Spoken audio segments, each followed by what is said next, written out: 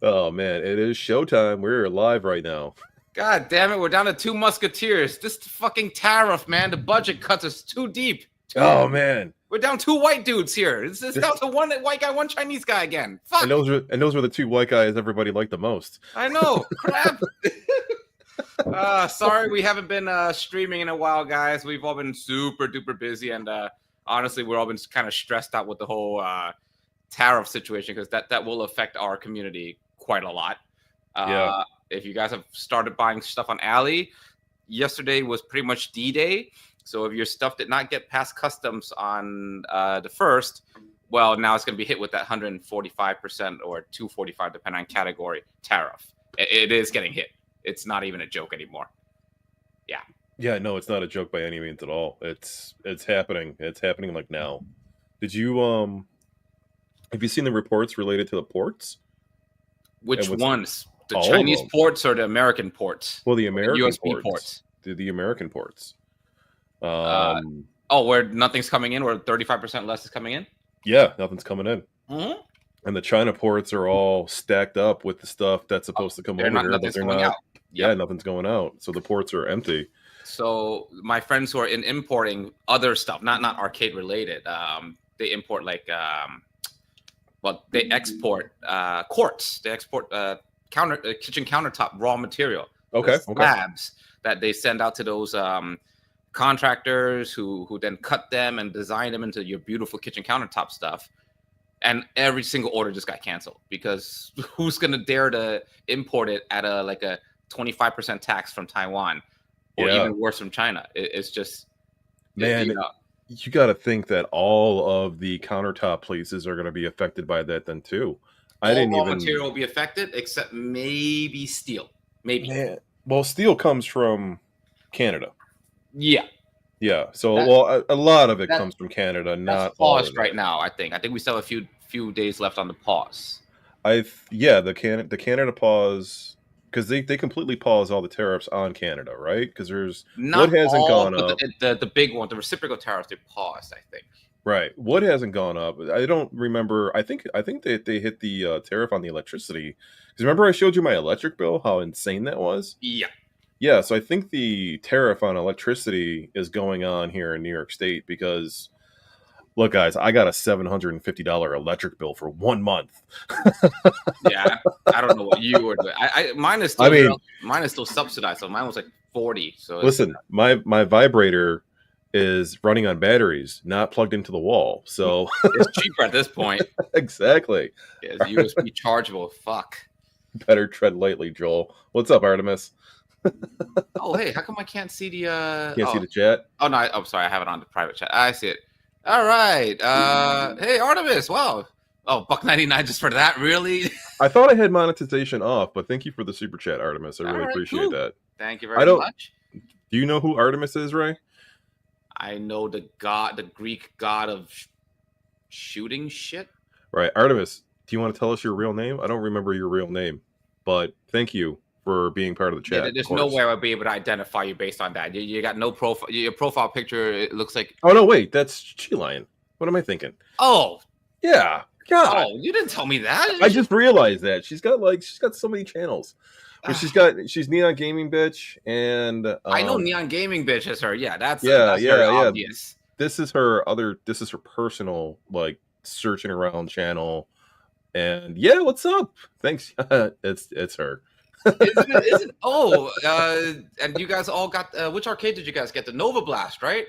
I ended up getting the Nova Blast. Yes, I got the Nova Blast. But it's not the full size, it's the half size one, right? I didn't get the base. I only got the top. Okay. And it's absolutely fantastic. I cannot recommend it enough, especially for real arcade PCBs. The fact that we can, most arcades that run JAMA are JAMA Universal, but this thing is pre-built JAMA Universal, and it comes with the kick harnesses for CPS1 and CPS2, and they work on the Killer Instinct PCBs and the Mortal Kombat PCBs. I can at least vouch for the Mortal Kombat PCB, so I wouldn't say it wouldn't work on a Killer Instinct at all, because the kick harness works on it, or works on Mortal Kombat. So it's over there. You guys can't see it. I I haven't moved things around yet. I got to get rid of that V pin over here because it's empty now because I took the computer out of that one and put it into the at games, which I financed the at games through their payment program that they have going on. So the Sea of Thieves Any things is interest on that? no, there's no interest on it at all. No interest. It's pretty So it was $600 up front, and then I chose Sea of Thieves because it was the cheapest payment option with an SSF, What's an and the SFF? payment SSF is surround sound feedback. So Oh, surround sound feedback would be when the ball's rolling around or when you're hitting like the bumpers and shit. hmm You're gonna get those knocks going on inside the cabinet like a real cabinet would. I would not recommend buying if you're gonna get a Legends. Do not buy it without the SSF. But the Sea of Thieves was the cheapest one that they had for payment plan with the SSF kit. It's $100 a month basically. It's like 97 something, but I rounded up to $100. So I can spare the $100 a month for 12 months. Nice. Yeah. Oh, that's not So too bad. No interest. no, No interest is a no brainer these days. no interest is awesome. What's up, Brady Goat? No interest is awesome on it, so I highly recommend it. I mean, I was completely impressed by the games. Completely impressed by it. The screen on it is fantastic. The controls on it are fantastic. The response time is fantastic. And then when I switched it into OTG mode and I added my virtual pinball PC to it, I was stunned by the screen. Mm. I didn't think the 4K screen in 60 hertz was going to look that good, and it's like, it's worth it. But I barely even played my virtual pinball side of it, the VPX. I've been playing the Zen tables on it. I've been trying to conquer Attack from Mars, and Theater of Magic came out the other day. So I was I just started playing Theater of Magic too.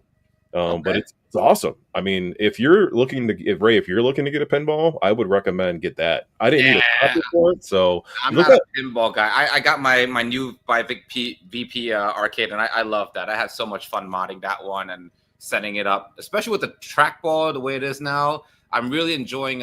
Silver Strike. Getting that one to work was beautiful. oh yeah, you got Silver Strike to work. That was amazing. Yeah, one of my buddies, I can't say who it is. He helped me find a way to make all of those incredible technology games like Golden Golf and Silver Strike, Power Putt portable without having to do that complicated ass SQL server thing that takes like 20 minutes.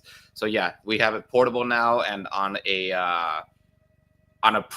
real hap trackball. That feels amazing because you can actually overthrow, you can fuck up, and then it feels like actual bowling, and the graphics are great. You can upscale to 4K now.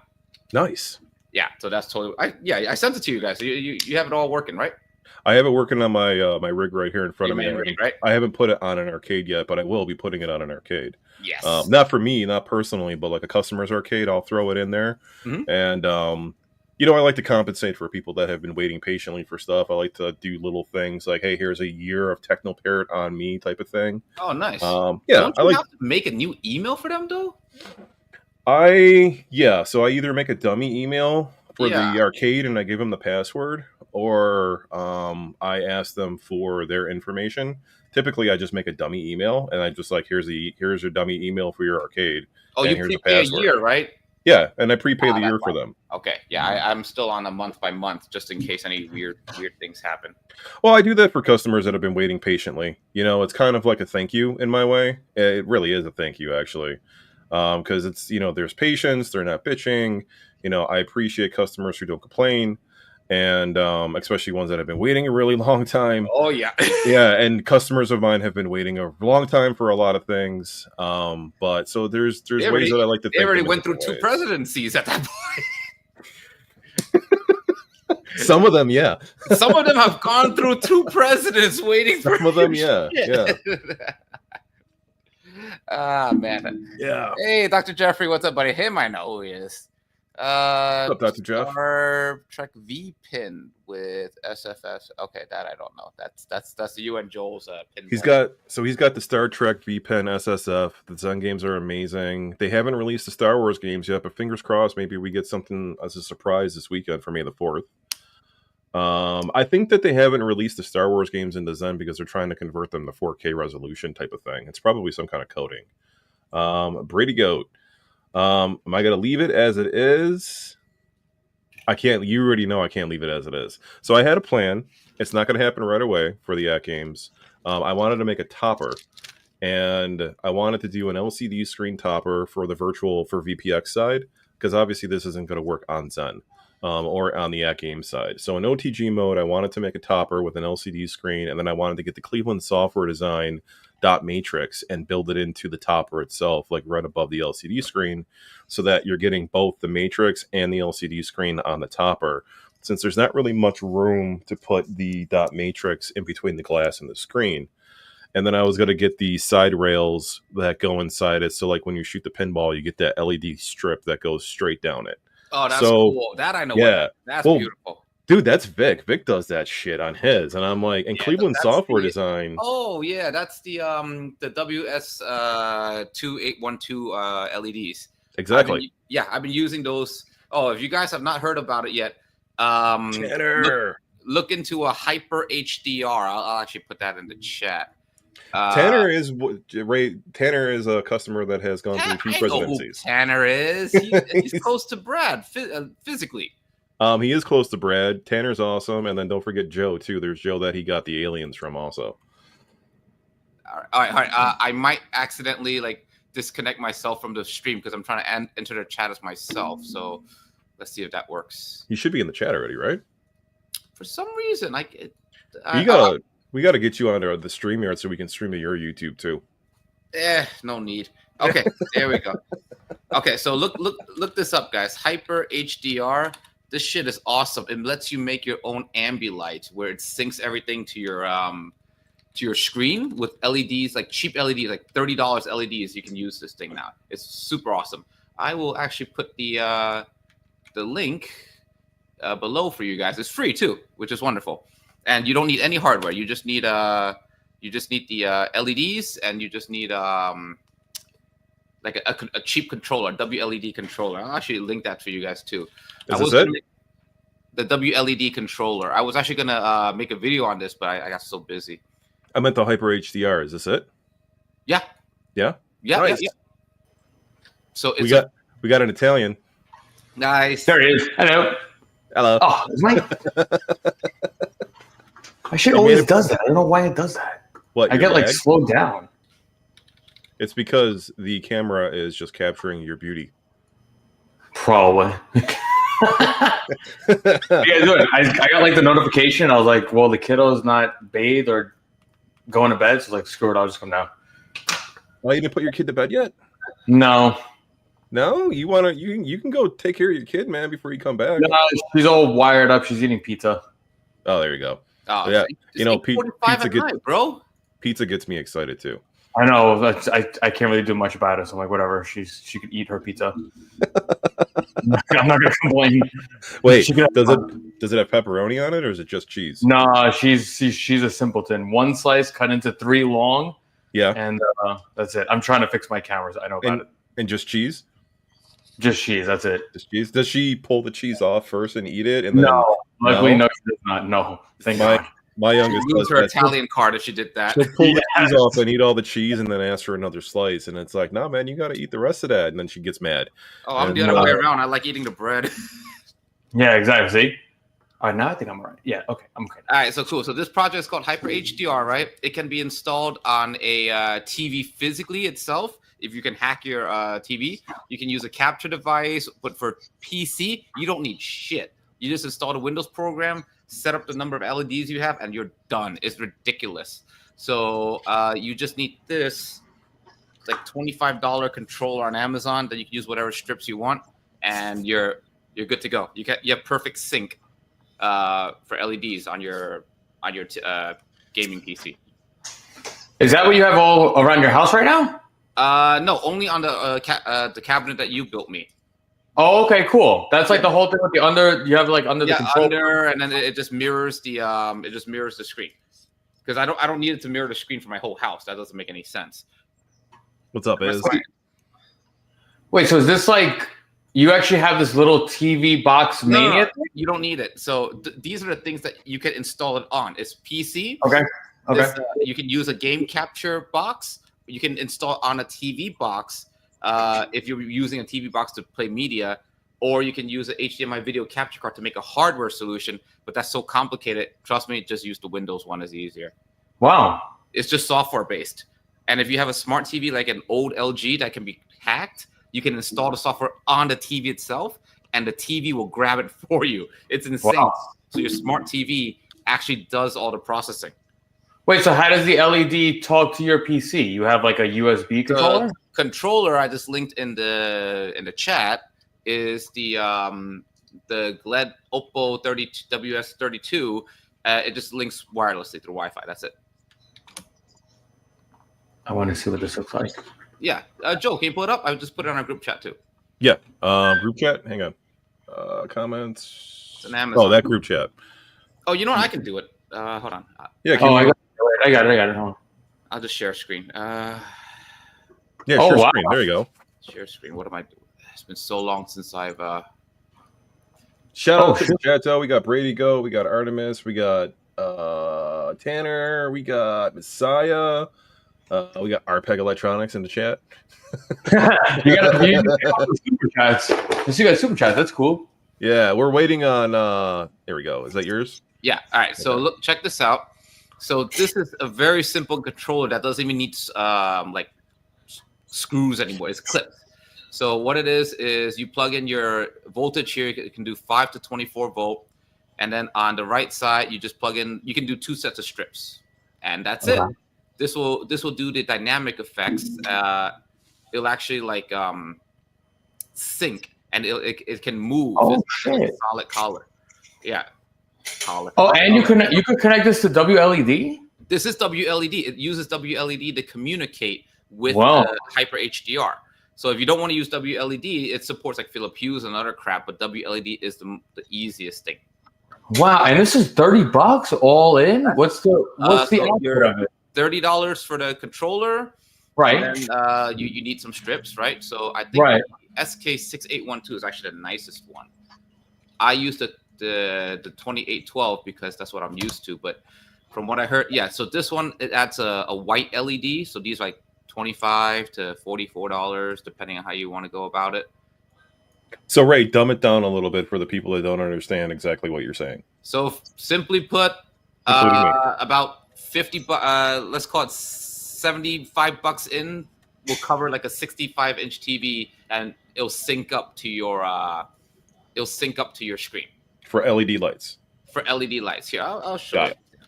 Now, what would be the difference between this and buying something already like pre-made?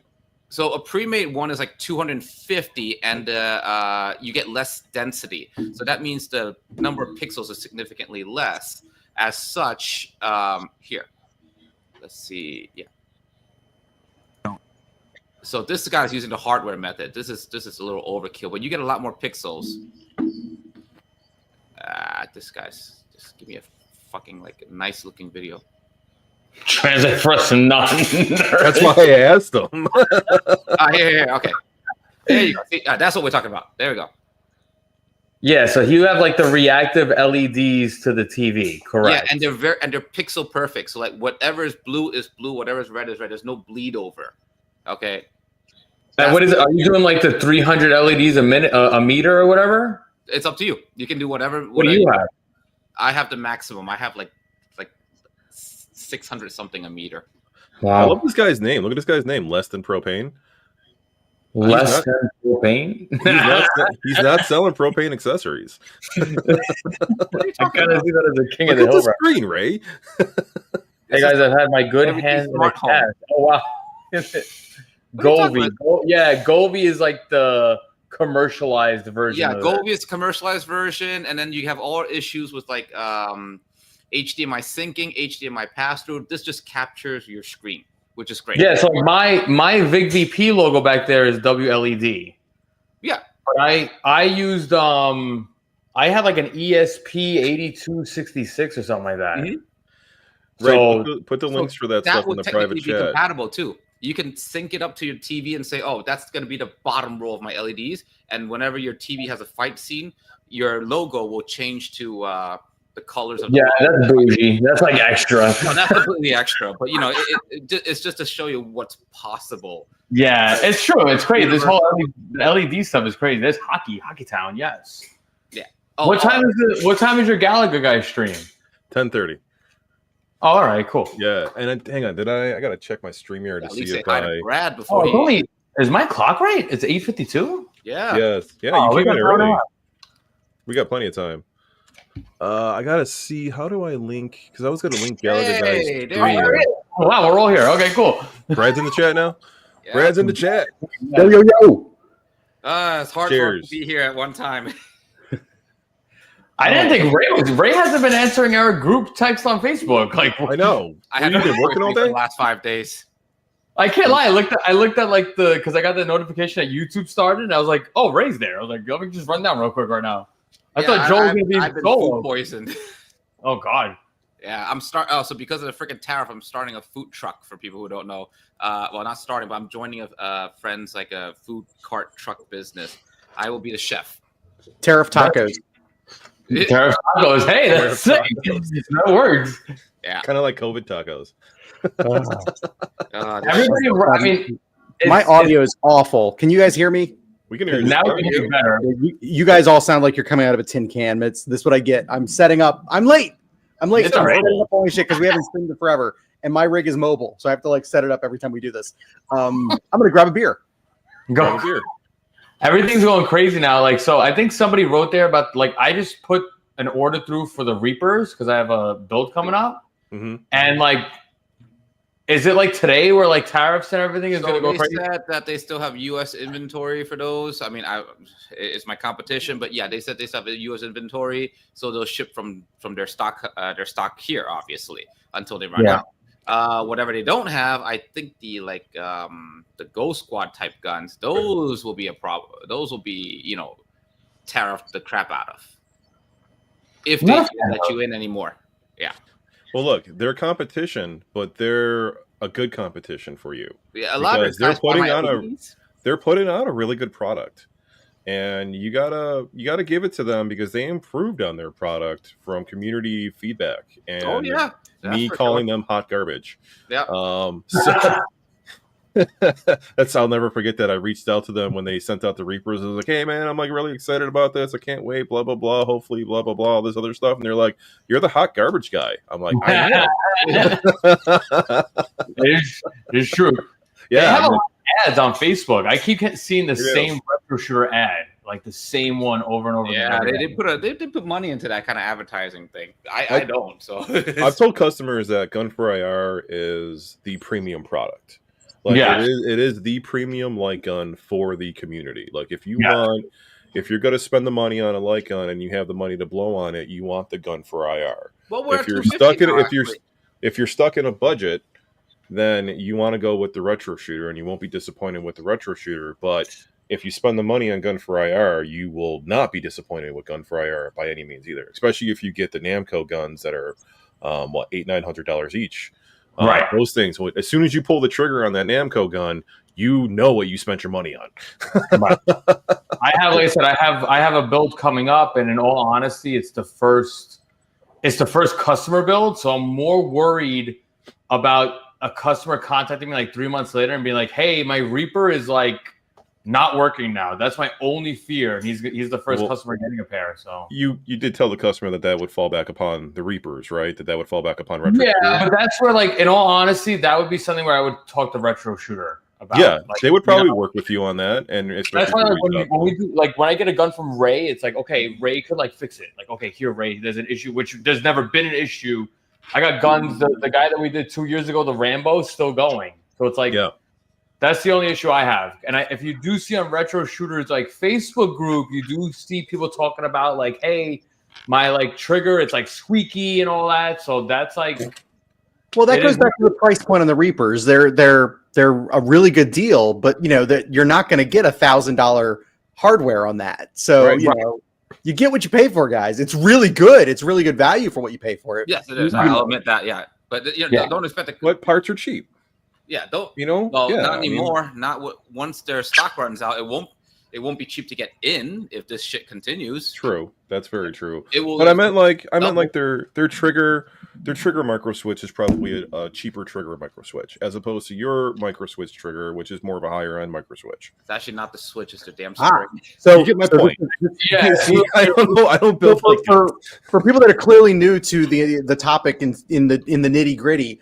Ray, why don't you give us some bullet points of, like I know as a customer, like the various things that I think that make Gunfire a premium product over something like, say, the Sinden, which I would consider a mid-level product now that the Reapers and everything are out. But Ray, lay out the bullet points of what makes the Gunfire a premium build. All right, give me a second. Let me get a Gunfire. Well, my argument to that would be is that they were the first one on the market holding it down for the last 4 years with the 4-sensor-based system. They're the first one. Now, again, this is from a certain point of view. Now, you want to say first one, there was aim track, so we are talking about the same, like they're light guns. That was sensor bar, though. Right. So we're talking now. So that for first bullet point of what makes Gunfire a better product, and that's the multiple points of calibration to get the dimension of your screen, which means that unlike the older single sensor, which is actually 2 LEDs on a sensor bar, where you could do a calibration, but then if you moved from the spot you were standing in during calibration, it would not be lined up anymore. Right. That was the aim track. That was a tough part. Right. Now that same advantage was gathered by Sinden with its white border and by the 4-sensor version of the retro shooter. So, but compared to original aim track or Dolphin bar, that's your first bullet point that makes this generation of guns better. So now that we're just talking about this generation of guns, you got your Gunfire up here, your Sinden here, and then your entry level, your retro shooter Reapers. So it's handmade with a higher quality products than the Reapers are made with. That's for sure. I just remember I can't show it on YouTube anymore. No, you can't. No, we can't. Yeah. We'll get hit with a firearm thing again. Okay. Right. So let me do my sales pitch on this one. So let Ray rock it. So basically, for anyone who doesn't know, I'm Ray from Arpeg Electronics. I started my career in arcade stuff doing Gunfire, and Gunfire is created by JB over in Japan, even though he's French. And so it's a very accurate arcade-grade system, okay, that allows a simple PCB, which in our current generation is this little guy here, okay, to connect to pretty much any DIY project you could think of. And we use 4 sensors to track where you are in space, okay? But we don't do the corners. We do the top, middle, left, and right. So we do a cross, okay? So no matter where you are, you're actually going to have like pretty much no dead zones. If you do 2 corners and your screen is too big, the center may be a potential dead zone, okay? That's one thing. All right. As far as the feature-wise, I like to say that Gunfire is the most full-featured one, at least, when we first started like 2, 3 years ago. You could switch aspect ratios. You could turn off rumble, turn on recoil. You have LEDs that can flash according to where you got hit.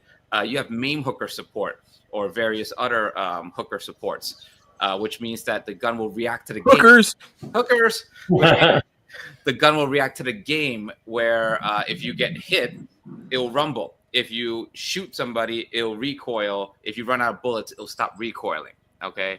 As for Sinden is a completely different. Sinden is not IR based. It's not infrared based. Okay. Sinden uses a border to track, and it's actually the second, I would say, easily accessible light gun on the market after aim track was. But rendering the border became difficult for certain games because of the way DirectX or OpenGL or whichever graphics driver they were using took over the screen. The game wants to be front screen and you're trying to render a border around it. Sometimes it didn't play nicely. All right, Gunfire has no issue of that. It's just sensors externally on the TV. Perfect accuracy as long as you calibrate it. As long as you're within like normal, reasonable distance, and the best part is it's DIY. So we have like 2 or 3 models that we sell as our standards: the GunCon 1, GunCon 2, and the Aliens gun, because those are the most popular sellers. But the chip that we sell, the DIY, is only $65. You can put it in anything. If you know how to solder a few pins and plug in a cable, you're good to go. You can make your own Gunfire R very easily. And then, people have made some real creative shit. Like Brad has made the Nerf pulse rifle. Some people made crossbows. I even made a sword for IR and played what do you call it? Oh yeah, Castlevania, no? I forgot you made the sword. The lightsaber was fun. Yeah. So it's simply put, it's not the cheapest thing because everything is handmade right here. This is the factory. Okay. This is the labor. Still Chinese. Still Chinese. Okay.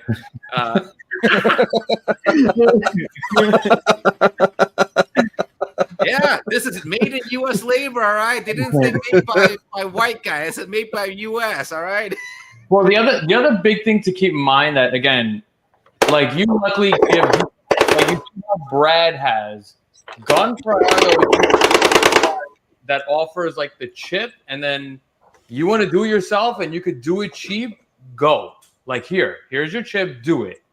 Whereas like some people like me, like I would rather just get a whole plug and play thing and call it a day. Now again, you have, for example, you have like the GunCon 2, which is like what the lowest tiered gun you have. But GunCon 1 is $250 now. It's on sale, and then GunCon 2 is $275.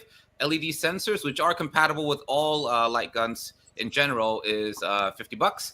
And then power supplies you can get on Amazon. We sell our own for $25. Did you take the recoil out of the GunCon 1, or do you still do the recoil still in do it? Recoil. Everything full. You get recoil, rumble, full cable. Until tariffs go up. Well, we actually, so to prevent that, I stocked up 150 light guns ready here. So yeah. Okay, nice. And then even our cables are all like, these are all designed by me. Like they're meant to be lighter, stronger than the original aim track cables. There's no more micro USB. The brake is just JST. Like you can kill somebody with this. You know, this is very durable. Yeah. Right now, on the DIY front, so more bullet points from the consumer point of view. Of course, you had the accuracy gain.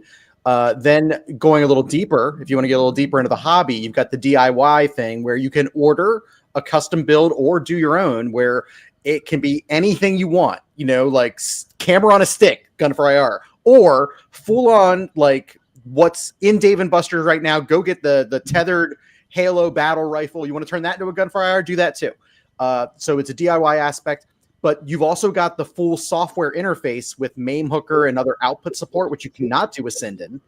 And then it's there also with Sinden, you've got that border is front end software that has to run on your computer or your Pi or whatever it is. So, you know, if you're buying someone else's drive and they've got that all set up, then, you know, a lot of people have, Joel's got a great plug and play box for Sinden guns, but the regular user, once you have that, say you want to add a new game, you have to worry about refade files and everything, get that border, pain in the butt. So all of these boxes are checked by the Gun for IR. And Let's then make it rain drives. Another cool thing is for people that are building these drives like Joel and whatnot, if you make a Sinden drive, it is Sinden. You know, these configurations are just Sinden. Yes. But you've got a lot more in the same family with the IR guns. So like the Reapers, the retro shooters, the Gun for IR, you know, they're more similar in their setups, and no front end software is required. You can install front end software for custom configurations and calibrations, but it is not required. And yes, Messiah. Or okay, yes, 4 LED sensors. These are also custom designed by me. The chips are designed by JB. I made a cable that for these chips. All right, these are 65 inches long. You have your sensors here. They're very slim. They're not big blocky. Yes. You can just stick them on. All right, and they even have an on-off switch. You can turn it off if it's interfering with something weird. And here's one of my favorite builds. This I think I can show on YouTube because this is clearly not real. Yeah, this is the Aliens original arcade I love rifle. that gun. That's with Gun for IR. All He's right. got the orange tip, so we're safe. We're safe. Yeah. You got the slap reload. You got the grenade button. You have a recoil, and then like I even have like LEDs that change color when you shoot it's blue, when you reload it's red. Now Ray, though, but now you have to explain to people now how much did that gun shell cost you? I'm not gonna tell what. Well, the actual retail price of this gun shell is $500 on Betsy. That's what people don't understand. That's what people information. Yep. Right. And that's the shell, guys. That is no electric. That's no components.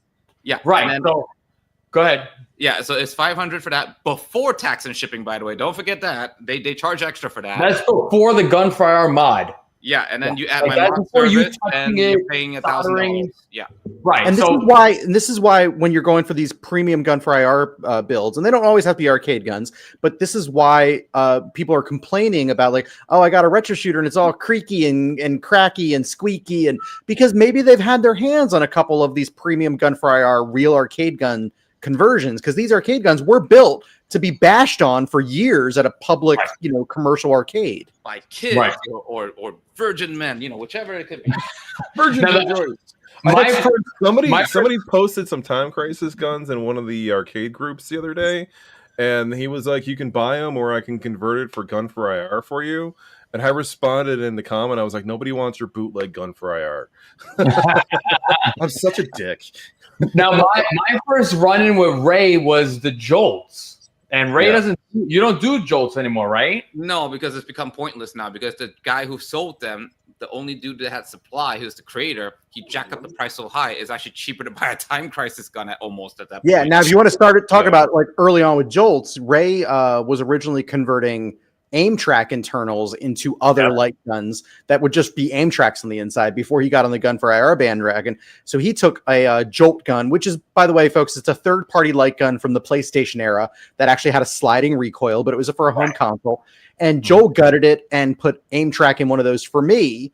And then later tried to get a gun for IR in there. He was able to. And then the rest is history. He's been jamming gun for IR bits into everything he can get his hands on for the last 4 years. Yep. Now I remember the build I did, my first Time Crisis build. That's where I used Joel's drive.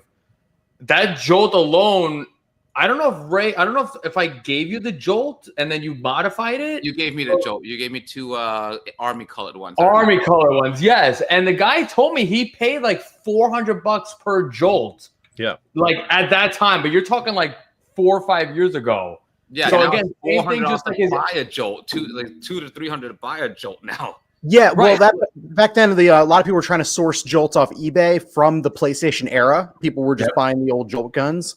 So, and this technology is not in arcades, but we can take the arcade guns and swap out the internals for gun for IR. The modern arcades.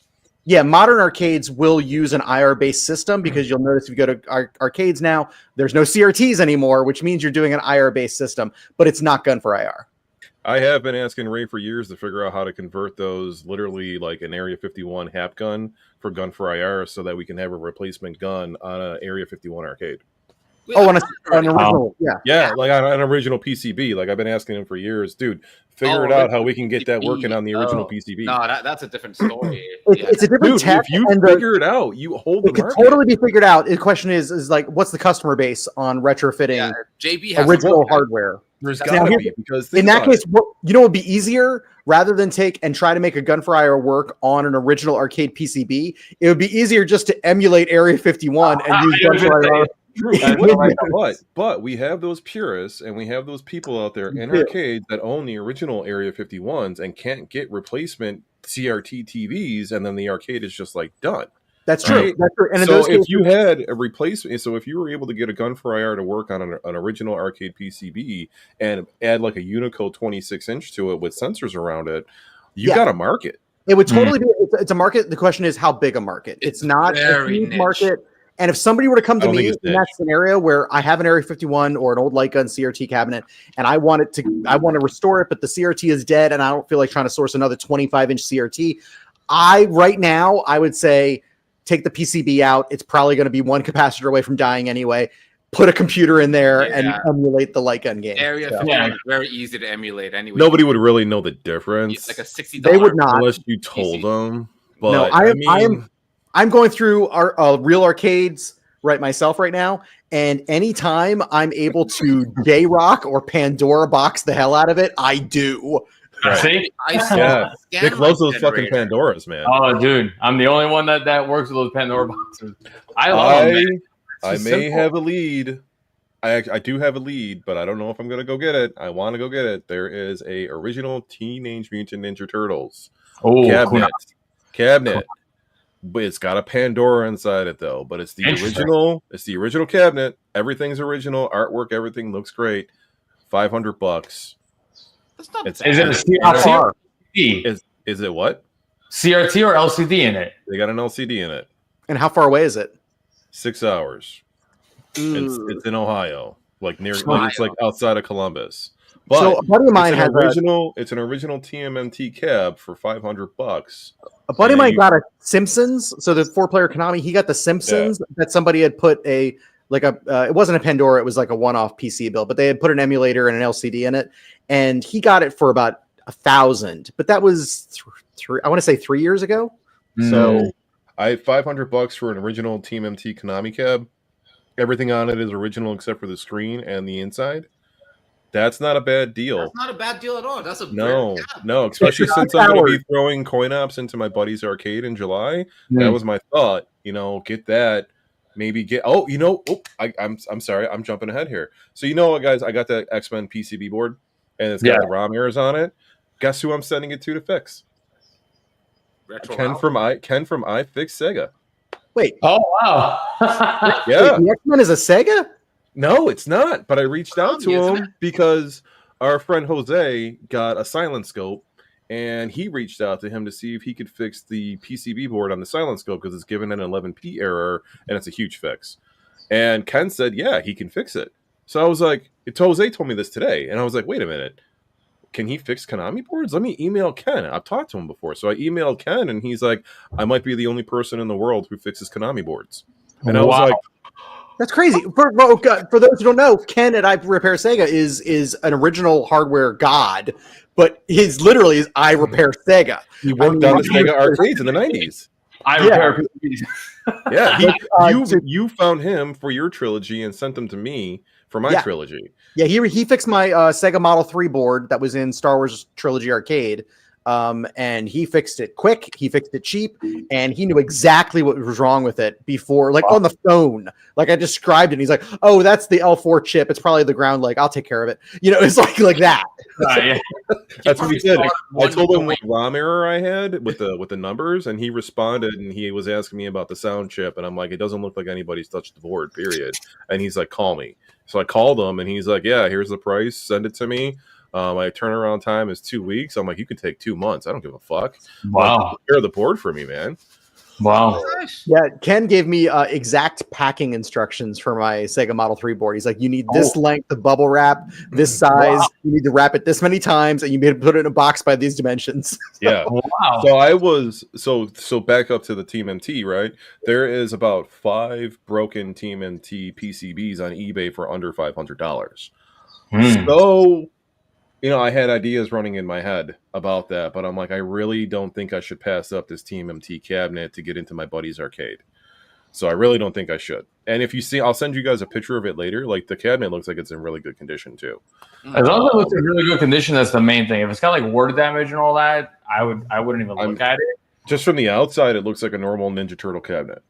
Well, it's pretty cool. I'm pretty sure you could do like multiple boards now on a Konami cabinet. You can. Retro Ralph actually he had a Simpsons cabinet, and he put a JAMA switcher in it. And I think he had the Konami, the hitters. You had the 4-player X-Men, the Turtles, the Simpsons, and I think he had Sunset Riders in there to finish out a set. I got Sunset Riders too.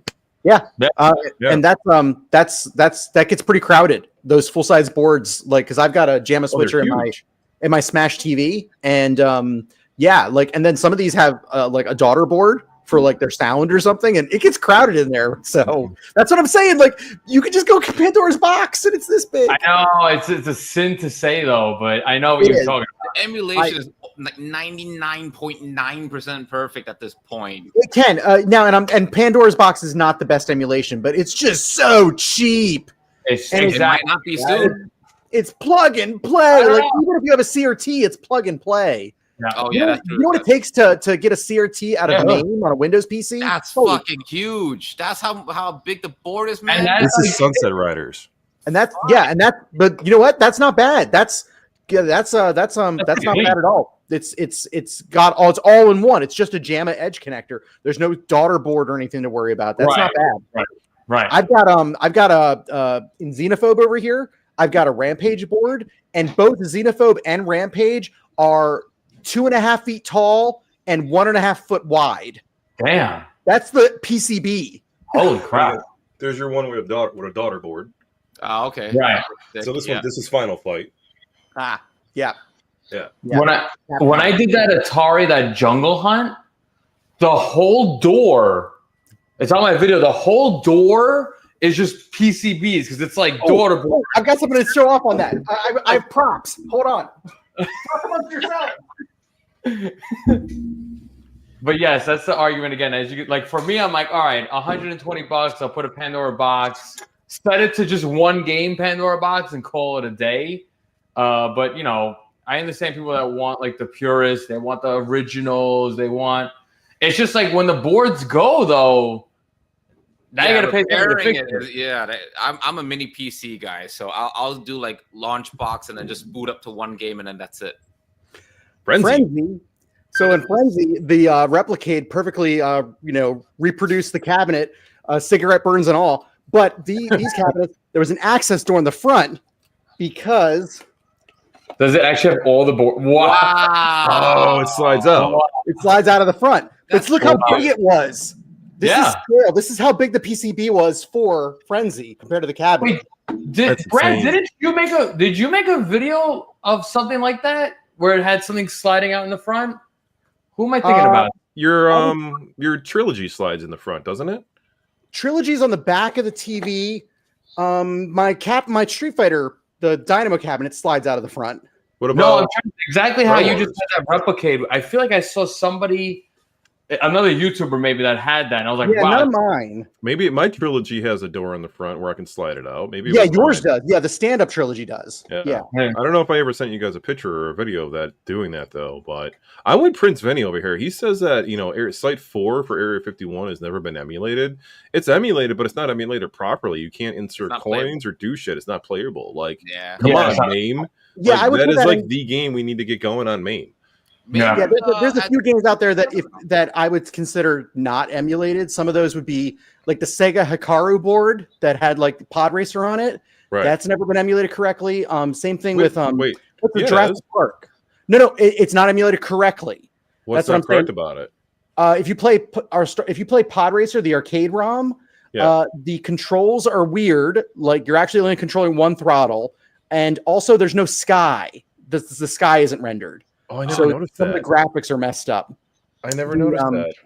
Another one would be now as we're talking Sega, the Sega Star Wars arcade from like 1990. Oh, the Japan one. Yeah, that one. The 32X one was based on a totally different game, but the actual arcade ROM in MAME, even to this day, it's better. But the geometry is all screwed up, and eventually you start bouncing around inside asteroids, and so your ship blows up. And then that Jurassic Park light gun game.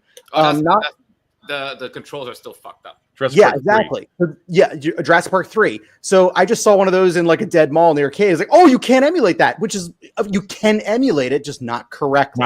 Right. Wait. Are you talking about the Sega original Jurassic Park? No. It's Jurassic Park 3. So you had Jurassic Park, then you had the Lost World, one, and then you had 3, which is MAME, and then Sega Model 3. But then there was the Jurassic Park 3, which is not emulated. Right. Okay. Which is ironic because it's the weakest one.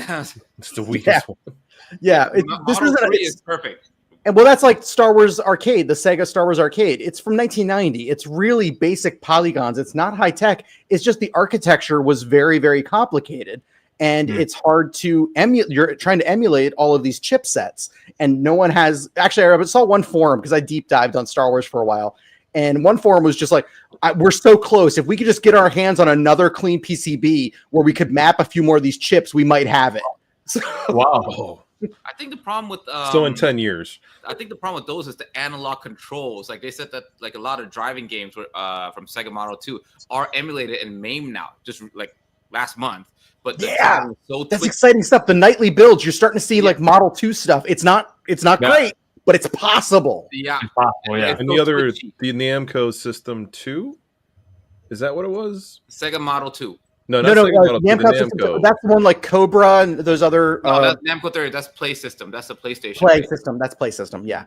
Yeah. But the House of the Dead 2 is now booting on MAME, it's still glitched. Well, not it's like lagging by like 30 frames per second, and the audio's still off. But it actually fucking boots into the gameplay now. You can. And everyone's like, oh well, that's fun and all, but like we have the M2 emulator and it plays it great. Right. But you guys, the M2 emulator is like 20 years old and it has no support for it. Yeah. No one's touched development on it in like 15 years. You don't really need support for it, though. It does everything it can do. It upgrades to 4K. You can get two guns working on it with the I agree. I just don't think it really needs an update. That's all. I don't either. But I get something's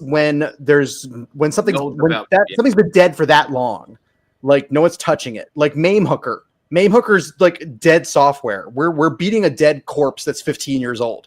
Like there are no updates to MAME Hooker. There are no updates to the M2 emulator.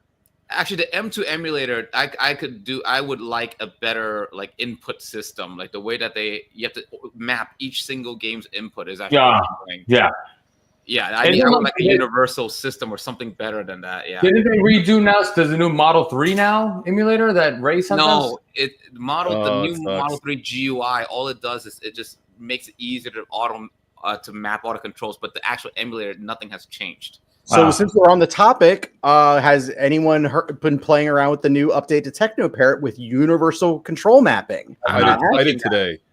I did today, and you got to be careful with it because if you already have things mapped, when you go, have you touched it yet, Brad?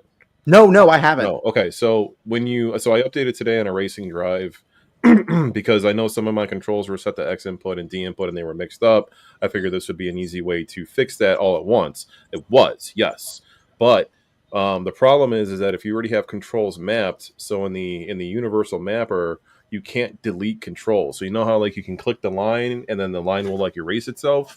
It doesn't do that on that auto mapper. You'd have to go individually into the game to do that. So if you accidentally map a button incorrectly, it's there.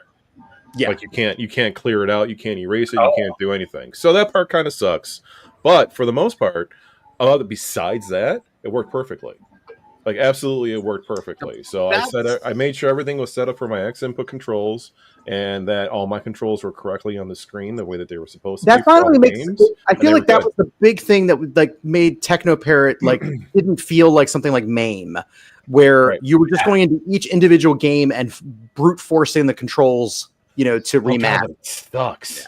Yeah, whereas like when you have like 160 games that do it individually. Yeah, I don't even like calling TechnoParrot an emulator because it really isn't. It's really just a crack. It cracks encryption keys. It craps all over the control interfaces, and it lets you manipulate them. So it's not really an emulator. So when you're in an emulator, again, I think of MAME. You go into MAME, and you can go to master, control mapping. And you could tweak each individual game, but you could do a master control mapping. And now that TechnoParrot's letting you do that, I'm starting to really finally feel like it is an emulator. My question now to do a master though, you have to actually manually select every game that you want to map. Yeah, it's not there yet. It's on its way. There's no default yet. My only question now, we have on TechnoParrot, you have a couple of shooting games let's keep an eye on. For example, like Luigi's Mansion. It's not like Gun Trigger 1. It's fucking Vacuum and then like something else. So how does that look now on TechnoParrot? I think what? You talking about Luigi's Mansion? I think they add the function for Vacuum. They added when you're enabling all the games you want to map. It's Vacuum. It's separate from Gun Trigger 1. Yeah. So if it's not you have to map Gun Trigger 1 plus Vacuum. I like that where you just hold the trigger in and you Gun Trigger 1 you can map to left click and then Vacuum also left click. Right. So what I'm saying is that because certain games on TechnoParrot, like for example, MAME is like gun button 1 and then gun button 2. It's like universal. Whereas now TechnoParrot, you got. Remember, Vic, it's not as universal as you might think. Because think about it this way: like say in MAME, it's gun 1, right? But you might have to go down to analog X, analog Y, if you want to map Terminator or Revolutionary X, because those weren't gun games. Those are 80 stick. Yeah, those are 80 stick. Yeah. So even in MAME, it's not quite as universal as we tend to just default think it is. So it's going to be similar to TechnoParrot. So my only fear right now is what happens if I update my TechnoParrot? Is it going to fuck everything up? No. All your controls are still there. All of your config files are there until you go in and do a remap. I got that mounted gun thing, and I'm done with it. What you can do is, if anything, your mounted gun, you can do it on all the games at once. I don't want to. I'm right now. It's like done. I don't want to touch it. So I don't want to update it. I asked Ray in the chat earlier. He probably didn't see it. That I was worried. I had a worry in my head that if what is his Technoparrot mapper not going to work with this new update? I basically answered my own question as I updated and ran the auto mapper for the configuration. You can still do individual configuration. Yeah. Okay. In order to do the auto mapper for all the games, you go into what do you call it? You go into the settings on the left under the hamburger, you click the settings, and then in the setting, that's where you click it to do the universal map. So you can still go game for game and do your mapping and change your resolution or do whatever little configurations you want to do individually per game. So Ray's auto mapper for Technoparrot shouldn't affect anything at all. Right. Yeah, it's fine. Thank God. I was so worried about that this morning. I'm like, well, they tell you back up the profile like, we just fixed this. Yeah. Like, we just got this. We just fixed it. I don't want this to break.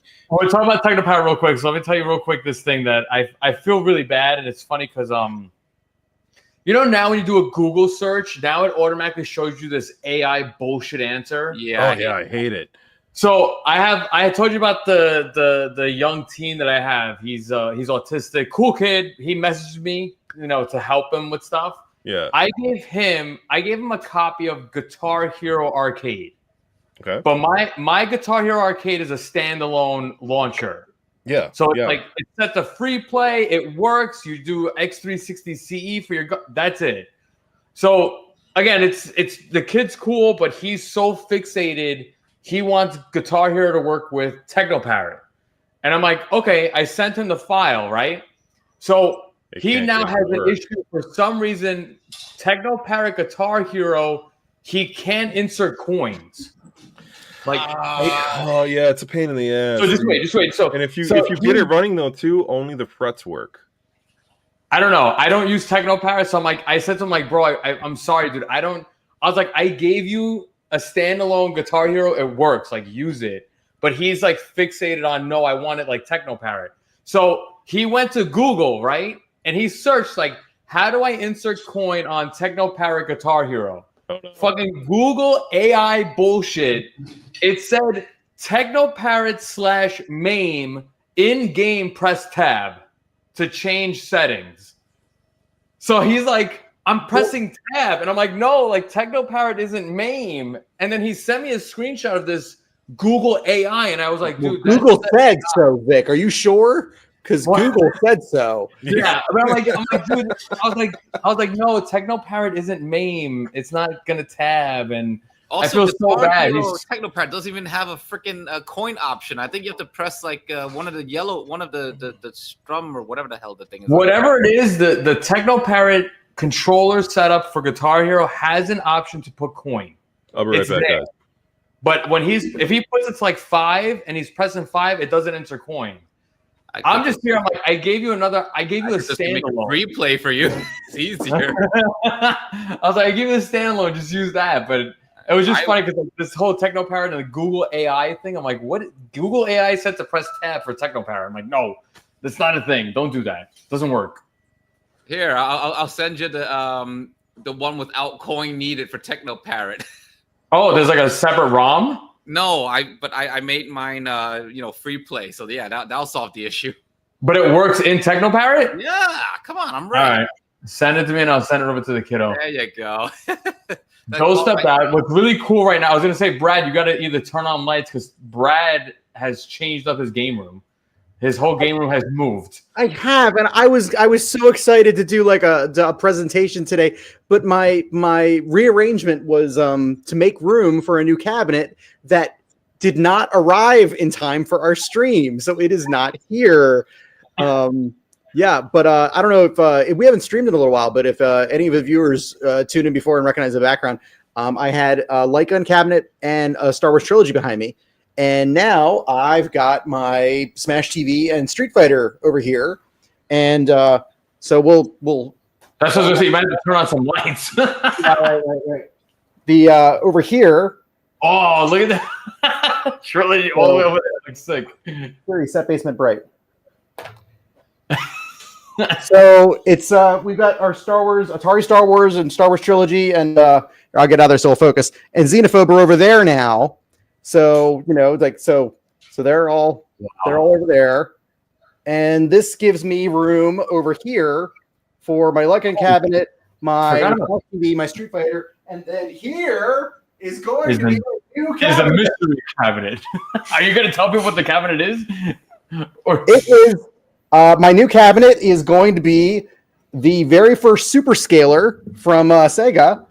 Hang on. So we got a hang on cabinet coming down from Pennsylvania, hopefully tomorrow. But I couldn't pass it up. It was really a steal. It's beautiful condition, and it's a piece of history. This was the first super scaler. So Outrun and Outrunners and Afterburner, Space Harrier, they all came from this hardware. They invented this hardware for Hang On. So it's pretty cool. That's amazing. And it looked great. The cabinet looked very nice. I think the CRT looked really good on that, right? It wasn't like a great CRT. Of course, it's they did also make a deluxe, because Sega was doing that back then. I'm sure a lot of people remember the Outrun, which was like a little car that tilted. And then the Afterburner pod that moved up down, because I know Ray was helping me do a live stream when I was playing that in an arcade. There was a deluxe Hang On, and it was a motorcycle with a CRT television mounted in between the handlebars, and you lean the whole motorcycle left and right. It looked like a little. The other day? Yeah. It looked like a little kiddie ride you'd see outside of a grocery store. But that was the deluxe version of Hang On. That was pretty cool too. So, but no, this is the stand up. It's a perfect little fit for the corner there. And I will be doing a video on that when it arrives. Now, what is it? Is it coming in two pieces? Does it separate? No. So just the stand up is just one. Yeah. Oh, I didn't know you guys just a stand up one. I thought you got the actual. Oh shit! Wait, I got the picture. I was saying I wish I had the little motorcycle one, but no, I actually wouldn't even have room for it. But I don't know if I could find the motorcycle one, I'd make room. So if you'd have to get rid of Trilogy to fit the motorcycle one in there. Because I'd have to get rid of my couch. So. Yeah, basically. But you can't get rid of your couch. That's Vic's bed. It's true. And also, there's love stains on it. It's love stains. We'll advertise that when we sell it. What do we got here? Getting in road burners. For a blind. Oh, $275. Wow, blind playing. That's not so. So you need a screen. Yeah, but see, that's the thing, like nowadays you can get these Unicos and they're a direct fit. So yeah. And we're not talking about the light guns. So it's totally viable to do LCD swap in these things. So, but no, I stumbled on this. Ray's got to get Gunfire working on arcade PCBs. It would you know what it would do? It would give people a peace of mind. The same peace of mind they had when they got like a Pandora's box, could emulate it. Well, if my PCB ever goes out, in fact, my Street Fighter has the original CPS 2 board in it for Street Fighter, but I've got it plugged into the JAMA so I can play other games. And it's even, it's nice to have the option in case something goes wrong with this original hardware that, you don't have a giant paperweight. You can still have, but that's where the board has gone bad. But you're talking in a case of, well, what if the controls go bad? No, he's about the CRTs come out. Controls go. Hap guns are cheap as hell. No, hap buttons are totally right. So up to this point, we've never really thought about that scenario because you could just joysticks and buttons, you replace them. Even but the light guns, we've been to arcades, and the four of us have been to arcades together, right, on different occasions. And how many times have we walked up to one of those light gun machines and either player 2 didn't work, or the calibration was off? Or the game just didn't work, period, right? Yeah. So how many people have already they've gone like the Namco guns, and you go there and the Lethal Enforcers like revolvers, and they've all been swapped out for hap guns because that was back in the day your backup if the hardware failed. Well, now you can't get the hap guns really anymore. So or you can't get the CRTs though either. So the CRTs would completely be screwed. The Nintendo cabs, if the CRT goes on the Nintendo cab and you can't fix it, then your Duck Hunt machine is useless. But if Ray could figure out a mod to get that gun to work on the original PCB, that would be great. We actually have gun for CRT though. So if your PCB goes bad, we can actually you can use like a what's the thing called, the Mr. Pi, the new Yeah, I know what you're talking about. You know what I'm talking about? The Mr. FPG. Yeah, FPGA. Yeah, that one can plug into VGA directly, or the new Rico box one. and then the new adapter can make the gun work on the original controls. Yeah, the same thing. There's a thing called the Smarty Pie issue. Yeah, the Smarty Pie is a series of custom PCBs that plug into the GPIO board on a Pi and let you plug in the various original arcade harnesses for like Outrun, Afterburner, those old things. And then you just run a dedicated Pi that just runs the one ROM, but it's plug and play with original controls. I do kind of want to try a Mr. Pi and see if there's any noticeable difference in emulation of like my favorite game. But they don't support a Marvel vs. Capcom. They don't do a CPS3 yet. Not yet. Only CPS2. Otherwise, I will support Taki Ura and I'll buy one. Well, wait. Well, Marvel vs. Capcom runs on Naomi, so I mean, if the Mister runs Naomi, no, but so Capcom 2. Yeah, it runs on Naomi. It doesn't support Naomi. Yeah, that's Naomi. The CPS3, that's Street Fighter 3 is CPS3. Yeah. So, Brad, you guys still got the original Street Fighter board inside your Street Fighter back there? Yeah. We played it when we were there, remember? I did a ROM swap. It was Championship Edition. I changed it to Hyper Fighting. So I've got the chips for both, but yeah, I got the CPS2 board. How often do you play the board? Not often enough. So we can talk. There's a number. There's a number. Of course, there's a number for everything. All right, there's always a number. Yeah, I remember Brad made the video on Street Fighter, and he said like the reason he leaned towards the Pandora box is because you had like Street Fighter's Third Strike, right? Yeah. So I actually considered putting a JAMA switcher in there and getting like a CPS2. So I've got a CPS board, which is Street Fighter 2 up to Hyper Fighting. Then starting with the new challengers, the new warriors, whatever it was, and then all the alphas and all that stuff. All that was CPS2.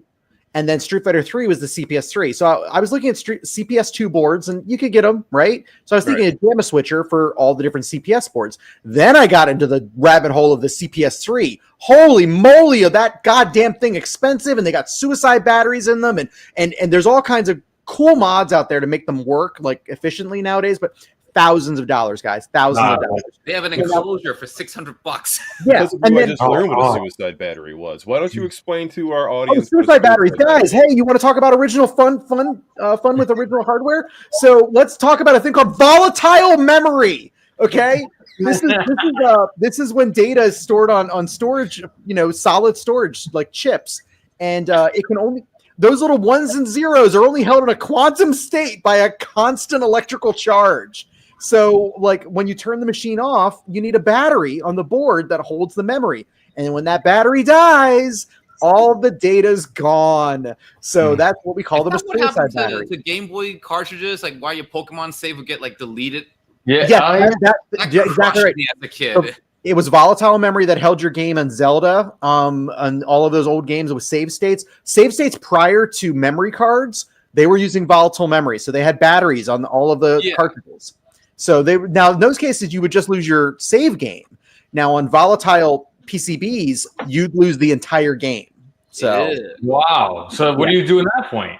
Well, in that case, most people what they do is they replace the batteries before they die, or they'll get replacement ROM chips that don't use volatile memory. People have flash replacement chips where non-volatile. So after you talked about that the other day, I looked it up, and there's actually a nice fix for those with the RAM chips. So if you can catch the suicide battery before it dies and fix it, you're going to be golden for life. Kind of like with the Vic, a good example would be with the pinball board that had the battery packs inside them. And you can get the RAM to put inside it with the mod instead of using batteries. Similar to what Brad is talking about. But I'm more surprised, like what Brad's saying is that if the battery dies, then the game now you need to apparently put a new battery plus chips. Well, you can either do chips that are non-volatile memory that have been written with the data that you have now lost, or you can swap out the batteries before. Now, when you're swapping out the batteries on if you want to keep your volatile memory and do a battery fix to save it before it dies, there's a procedure involved because you can't actually cut power during the swap. Right, I was going to say, what if you killed it? Exactly. It usually involves soldering in a capacitor and then removing the battery.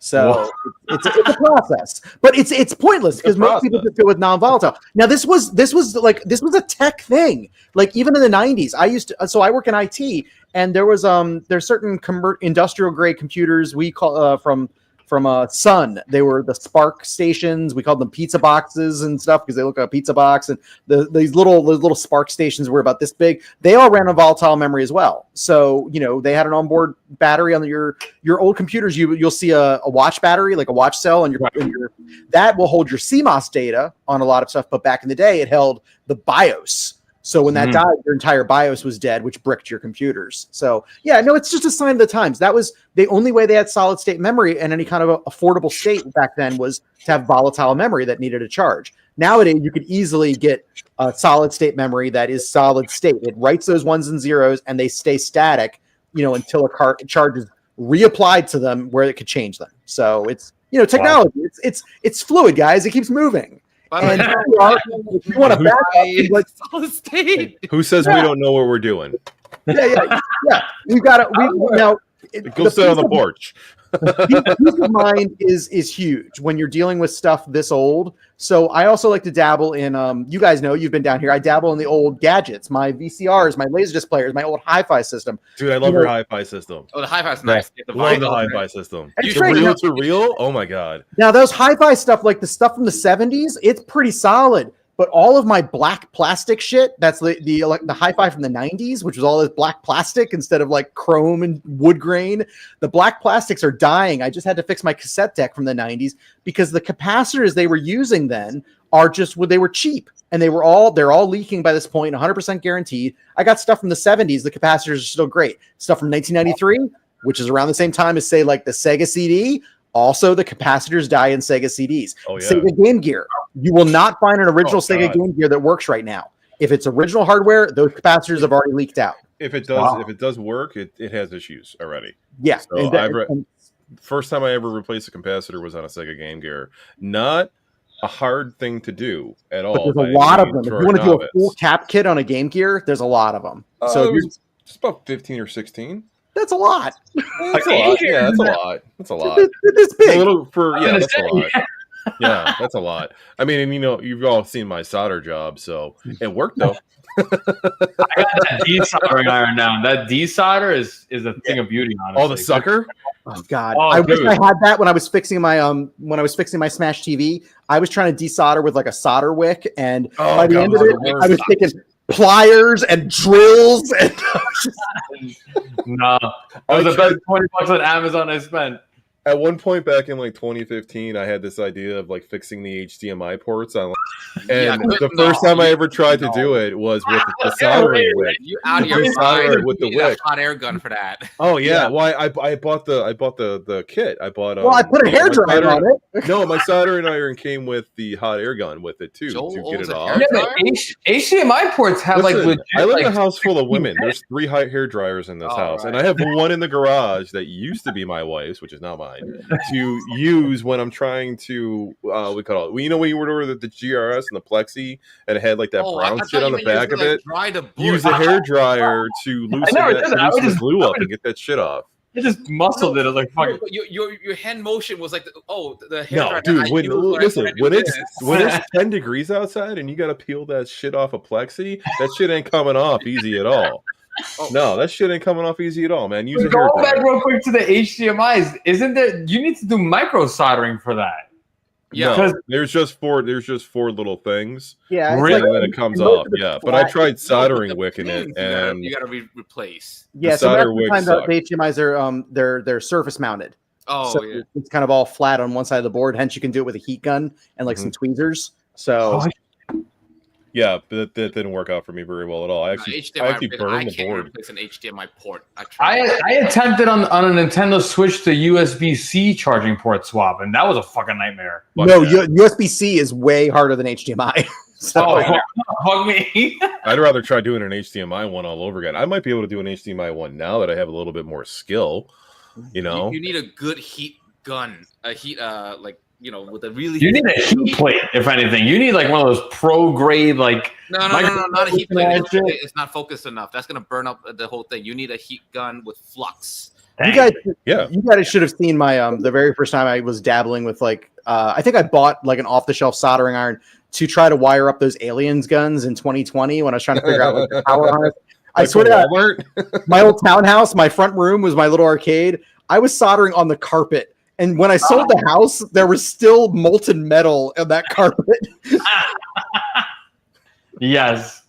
Everybody always has that. Some kids I have that everywhere in the garage. At least it's like on plastics. It just comes off easy. But on carpet, Jesus Christ. It's always fun when you get the little solder balls that kind of roll around a little bit here and there too. Yeah. It's like, oh, I know. I remember when that happened. I honestly, I think last month or 2 months ago, I finally upgraded and bought a new soldering iron. I was like, it's time. It's been like 7 years. Like 3 spares. I was just giving you one of mine. Soldering the pinball machines are a pain in the ass. The Flash, that was a fucking bitch to solder. Like I probably should have took it out. But I was doing it with like the hood up, and I'm like underneath it trying. I was doing the same. You're fighting gravity at that point. That sucks. Basically, yeah. I was doing the same on Playboy before I decided to go and just give it to Todd over at TNT. I was up under there like resoldering stuff. It was the same generation as Flash, where you're all up under the undercarriage, and it's awful. It sucks. It sucks. Thank God they redid the design of pinball machines to make it just go up and vertical and easier to maintain. Yeah, and then when I went to TNT and I bought Star Trek, which was a bargain basement deal. It was like sitting on the floor. Before it went out, they gave it a quick once over. Those guys, it was like a damn F1 pit crew. They took the glass off, they took the playfield and flipped it up and then tossed it over upside down, put it back down, and 4 guys were simultaneously pulling components and resoldering. It was like you could hear like the guns like taking the tires off the F1 car. Like, man, this is not your first barbecue. Yeah. Wow. That's crazy.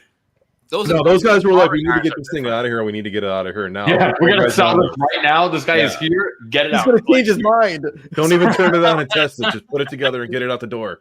I didn't know you got that from TNT too. That's pretty cool. Yeah, when I went to go pick up Playboy, they were done the Playboy restoration. I came to pick it up. And while we were there, what was it? We decided to just mess around. Me and my buddy who came up, we decided to mess around when in Rome. So we were playing around the arcade in the front, and everything up there is for sale. And I round the corner, and there's a Star Trek, and you guys have seen it. It's a little beat up, but it works. And it's just like, well, son, you have a truck, and let's talk. There's going to be a number. Come on. That's Todd. That's awesome. That's really funny. Yep. So I went with one. I started with one pinball machine. I ended up with 3. So, have you guys ever seen the original James Bond pinball machine? Yeah, I just saw somebody selling one. You talking about GoldenEye? Not GoldenEye. There's only one more before GoldenEye. Yeah. It's just James Bond. It might be from the 70s. It might be from the 60s. It looks 70s. Yeah. It's not EM. It's solid state. It's definitely solid state. It's got 4 flippers at the bottom of it, and there's no lanes on the side. So like if you go to like trap the ball, you can't trap the ball, it falls. Oh, interesting. It comes down. Yeah, it's it's on a timer. I've played it because one of the guys in the pinball league has GoldenEye, that one, and Dr. No like all lined up like he's a James Bond fan. So we played it at one of the pinball league nights, and it actually runs on a timer. And then the timer resets itself when you do certain things so that the balls will keep going for you. Because, like, you normally 3 balls, you're dead, right? Yeah. And me, shitty as pinball, 3 balls, I'm out in like 5 minutes. And I was like, why am I still going after 3 balls? And I'm like on ball 6. I'm like, it's a timer that kept resetting itself. So it's a very interesting pinball. Not something I would want to own, but it's definitely a very interesting pinball if you're going to try to get like classics. I seen one for I think it was like $1,800. I think I seen it on Marketplace. That's not too bad. Brad, you got to share. I got a picture of it. It's just the stupid Stern one is like filling up all the Google searches. But I've got a what is it? Oh, here we go. Share my screen. Oh wow, Alejandro, there's a lot. Especially for 3.5, you can get a decent DMD era game for 3.5 now. Yeah, you really can. Yeah, that's it. See the 4 flippers. Oh, yeah. Yeah. So you can't trap the ball in it. You're just straight whacking the ball. Yeah. Well, it's a lot of fun. It's funky is the best way that I could describe it. It's a very funky machine. Alejandro, That's a pimp. It is, right? Alejandro, if you watch like even what do you call it? Captain's Arcade, you might even be able to get a Stern for around that price. Possibly. Like, yeah, I mean it's going to be stroke of luck if you do, but I mean they're starting to come down a little bit. Like Jaws and John Wick and Foo Fighters, I'm seeing them go for like 4-ish on Captains. Actually, I'm seeing prices come down on everything right now, including pinball. I'm seeing pinballs under $3. I'm seeing $2.5, $2,700. You know, I just saw an F-14 Tomcat for $2,000 in Maryland. So, you know, not bad. It's actually a pretty decent game. Yeah. But I mean, like for 3.5, you could. I mean, I think somebody offered to trade my Street Fighter for a Terminator T2. Whoa, a T2. Take that. Nah, Wow. I honestly, man, Street Fighter grew up on me, man. Street Fighter grew on me. It's fun to beat it. It's a good machine. It's a good game. It's just the music. You can ask Brad. I was dying to fucking play that when we were at MagFest. I'm like, this fucking thing needs to turn on and work. And then it finally worked. And I'm like, this game is hard. It's an easy game, but it's just like, you know what it is? It's like, you know, like me personally, if you say Vic, like when you hear arcade, like what's the first game that comes to mind? It's Street Fighter 2. Yeah. Like all day for me. Anytime you say the word arcade, it's Street Fighter. So like that pinball machine with like the whole like the fighting sounds and the music and all that, I'm like, I'm gonna have to wind up keeping it. There's one for sale, Illinois area, Utah area, maybe not Utah. I know that's way off, but like Illinois area, there is one for sale. I think I sent you guys the link for $2,500, but the dude won't ship. Oh yeah, you gotta go pick it up, and he's $2,500 cash or Zelly. I think it's too much for Street Fighter, to be honest. I don't know. He did a workover on it. He did a workover on it. I mean, the DMD needs to be replaced. We were seeing him go for like 3-4. You know, 2 Gs I think would be a better price for that one. But 2 Gs would be probably in this realm. Yeah. What's Andor? What's Hakitan talking about? Oh, the Star Wars, the new Star Wars Andor season 2. For the record, I love it. I rewatched season 1 like 4 times in the last couple of months, getting ready for it. So I'm enamored with Andor season 2. So I'm all caught up. Are you all caught up? I am all caught up. Yes. I didn't really understand what was going on for a little while. Like the first 3 episodes, I don't know if I was too stoned watching them or what. There was too much dialogue going on. I didn't really get what was going on in the first 3, but I kind of ignored it because I knew it was going to start to pick up. And then the 4th episode was kind of mediocre for me, but it was episode 5 that really started to pick up when we got Saw. And did you catch why he needs a respirator? Did you? And they finally filled in, like, you just assumed he was fucked up. Now you know exactly what fucked him up. Yeah, so they're filling in some blanks. I got a theory. I think he's just inhaling the iridium, and he's just high all the time. It was like, that's the thing. I was like, wait, that wasn't oxygen. He's been inhaling hard drugs this whole time. Yeah. He's got this mask. Forrest Whitaker has this mask. He's like, anyway. I'm sorry if I'm spoiling anything, but I didn't really try to spoil anything here. Yeah, but season 1 of Andor, for those who didn't watch it, the whole season took place over the course of a 1-year time frame. Season 2 is a 1-year time jump. And then every 3 episodes, there's another 1-year time jump. So it is a lot more of just dropping you in. You're like, wait, where are we? What's happening? What's happened since? And it doesn't spoon feed it to you. It just plays out, and then you have to infer what you've missed. So, have you in the 3rd episode where he was escaping the planet? Did you catch what planet that was? Yes, I thought everyone did, and then I talked to a friend at work, and I was just like, and that reveal about the planet. He's like, what? I missed that. I'm like, you missed that? How could you? That was so. As soon as I seen the pyramid, I was like, oh yeah. So there's fuck it, we're not talking about spoilers here. So there's a scene where our hero is stuck on a jungle planet for a couple of episodes, and he finally escapes, and as he's flying away out of this dense jungle of like death, you see the pyramids coming out of the trees of Yavin 4, which is where the Rebel base was in the original Star Wars movie. They were stuck on the planet that will one day be the Rebel base. So that was a cool reveal. Yeah. And then Saw was on DQR. And it's one of the Rebel bases that we see in, I think it's episode 7 is where we see the base. Yeah. Can't wait. Yeah. Can't wait. So I mean, we already know what's going to happen. They're all going to die. Do. No, we know everything. This is all prequel. It's just we want to see this stuff. We want to see the meat and potatoes that happened in between. It's good. It's drama. It's good acting. It's great sets. The production values are through the roof. God. Yeah. Dude, they put so much money into this. Now $650 million. We're halfway into this now. Now, if you remember in season 1, the first couple episodes or the first half of the season was kind of slow to going, and then once he got arrested, it picked up. And now we're at that turning point where we just had episode 6. Yeah, we just had all that shit happen in episode 6. They killed the doctor. Yeah, they're releasing 3 episodes a week. Yeah. And there's only 12 episodes. So in 1 month, this whole series is going to be over. So these next 2 weeks are going to be the most intense part of the episodes. Like, I think episode 7 is going to be a little slow to pick up, and then 8 and 9 are really going to pick up. Yeah, well, you can't get too fast because they got that year time jump. So we're going to have another year time jump. They got to give the audience a little chance to get their bearings on everything. No, it's great. Right. Anyone who wants to watch it and hasn't gotten around to it yet, make you time. Just ruined it for everybody. I'm going to ruin it for you, but get caught up, and then you can be surprised with the rest of us for the other half of the season. Right, and I'm sorry we didn't really try to spoil too much if you guys haven't caught up with it, but just ignore what we said and just watch the show. I'm sensing a cliffhanger. That's what anytime with these shows is 99% chance it's a cliffhanger. Well, the ending. This is the last season of it. They're only doing the first. They're only doing season. And then they pointed out that, of course, this is a character that was introduced in Rogue One, and they said that the last episode of Andor will take place. It will lead literally right up to the first scene of Rogue One. How good is that going to be? Yeah, the producers are considering Rogue One as Andor season 3. We should stream the last episode of Andor live, and then we should just turn on Rogue One right away, right after. Yeah, and just watch. I don't think you can stream a show though.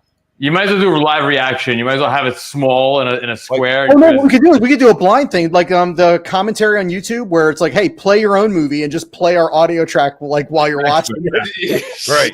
We can just turn the volume on super low. No, you can't. I think they actually have algorithms to target the actual video play. We'll fucking do it on TikTok then. TikTok ain't got an algorithm like that. There are rules on TikTok. TikTok's like the honey badger. TikTok don't care. You know how many nipples I see on TikTok every day? I mean, and they're not even all Joel's. Dude, I'm on TikTok all the time, just scrolling and scrolling and scrolling. Joel's nipples are on TikTok all the time. All the time. I send you guys so much horny shit. True. That's like my Facebook reels. All of a sudden, it's just that. It's like, what's happening on my Facebook reels? I can't even go on Facebook anymore. Because Joel sent you something on TikTok. Yeah, exactly. That's why I don't have it. Jesus, I don't want to see Joel's nipples. You don't know what you're missing, man. You've already seen them, Ray. We've seen yours too. Oh, that's true. We're basically at the 1 year anniversary of seeing each other with our shirts off. 3 more days. Yeah, because we went in a jacuzzi, guys. We weren't having a gay orgy. Well, no, we got the 1 year anniversary of Ray's new face. Yeah, so how's the new face holding up? His beautiful lips. I paid for the freaking scar correction. There is no visit to Brad's house that is not paid for in blood. What happened to the? We're back. Oh, I was trying to get Ray full screen here, but it wasn't working. Look at those beautiful lips that went under surgery. Yeah, man, they're even better than before. You should thank me.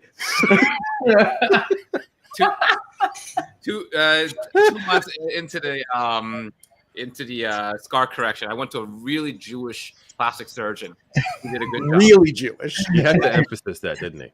Yeah. Yeah. I mean, you're not in New York City. Yeah, he's a real New Yorker, talking about his family and kids, that type of guy. He's got the gold chain. While it's operating in your mouth. Yeah, right. His last name is Monosibin. What is this hair in my mouth? It's just. I can't believe it's almost been a year. I was literally driving last week, and I was like, I remember that one time we were all in the hot tub, but it was only a 10-minute. We were only in there for 10 minutes. Ray disappeared. Came back. And was like, guys, I gotta go to the hospital. Like, what? I don't know. We were drinking a lot, but I think it was more than 10 minutes. No, more than 10 minutes. It was a solid 10 minutes. It was not that long. The whole weekend, for the record, the whole weekend went by really fast. It was in May. Was it in April? Was it in April? It was the first weekend. It was No, for it was May the 4th weekend. Oh, okay. Yeah. Wow. So 1 year ago, like this week. Yeah, but May the 4th was May the 4th was a Saturday and Cinco de Mayo was a Sunday. So we didn't get to celebrate Cinco de Mayo. Yeah. Because we did the live stream for May the 4th. Yeah. I was determined to beat your trilogy and I fucking still haven't beat that level. The last one right at the end, you fucked it up. I'm going to stream it like tomorrow or Sunday. I'll go in the garage and I'll stream it to see if I can do it again. Oh my God. I will so tune in for that because I need to see you lose again because here's the thing, guys, that part of the game, you can only play that level if you've beaten all the other levels and there is no coin to continue. If you don't beat that part, it is game over and it kicks you out. It kicks you out. You're done. That's it. You're done. You completed the game. You were like aiming. You were just off on aiming at something and that was it. I was. Well, you know what the analog? I mean, the analog is good, but it's tricky. Like it's still a little jumpy. It is. Yeah. It's not like using like a mouse. It is still. There's still a little jitter to it. So right, mine does the same thing. There's a jitter to it too. So yeah, and the game actually built in a little. There's kind of an assist for that when it comes to those precision shots you have to make. When you put your crosshair over it, you're gonna get a little yellow circle that shows up saying that you're locked in on a target, and you really have to wait to see that before you want to hit your proton torpedoes. So, and that was kind of like a little thing. So you weren't like, oh, I'm a little off and I hit my, because you can't rapid fire the torpedoes like you can your blasters for the rest of the game. So it gives you this little helper, like wait till you see the little lock on, then you can hit the button. And yeah, it's one shot only, I remember, right? One shot. Now at the end, you have to hit 5 targets. You only have time to take one shot at each. So if you don't have that target lock and you shoot a torpedo, you've already missed one. If you've missed one, you lose. You're fucked. So. You lose. I think that's what happened with Joel. I think that was it. I played it on. It's only a 20-minute game. It's very challenging. Even on, I think I streamed it on TikTok, and with controller, and I beat it with the controller, but it was still a fucking pain in the ass. The game was slower on Model 3. Yeah, and playing it with the controller, it was not the same. It's not the same speed as playing the real deal. Yeah, I didn't notice that because I was always playing it on Supermodel until I had and of course I had played in the arcade, but you forget until I then had it in hand, and then even then I didn't notice until I went back to play it on my modded Star Wars cabinet. I played Supermodel again. I was like, whoa, this is there's a couple little glitches on this. Yeah, it's not totally. It's emulated correctly, but very minor things.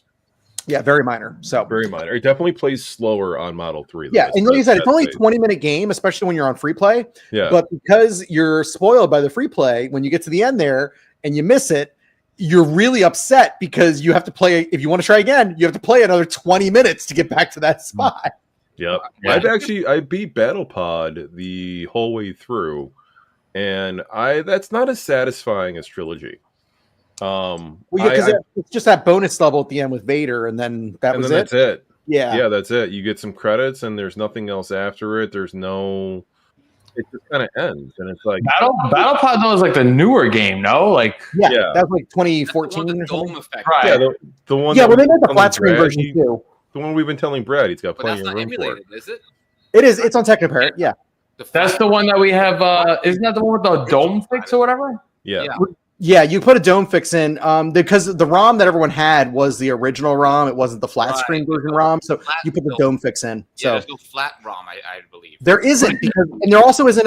In 2015 they released a new level, which was the Force Awakens level, and no one has that on their copy emulated. No, and like when that was it. Come on, guys, it's been 10 years. It's 10 years since Force Awakens came out, and no one has a dump from Battle Pods in the last 10 years. I've never even seen that dump in the arcade though either.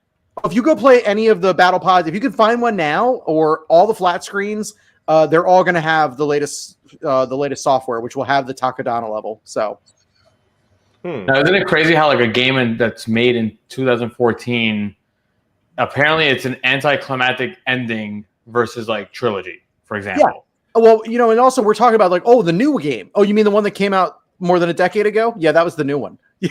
Yeah.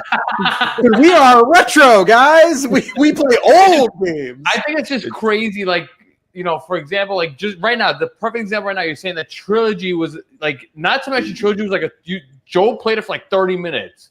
How long does it take to complete Battle Pod? 15. Yeah, 20. Like tops. Yeah, so it's like a really fast game. It's like the newer games now. I feel like for example, like Terminator. You did, Israel. You did. I did Terminator on the analog guns over there, and I'm like, wow, this fucking game is a quarter eater. Like you cannot like perfect. No, I just played Halo, and Halo is a quarter eater, but I mean like not like it's difficult. Like no, it's impossible to not get hit. Impossible. That's the word. Yes, it's impossible. Yeah. Like you actually shoot these guys, and it's like you can get hit less, but no matter how good you are, you can't not get hit. That's how they make money.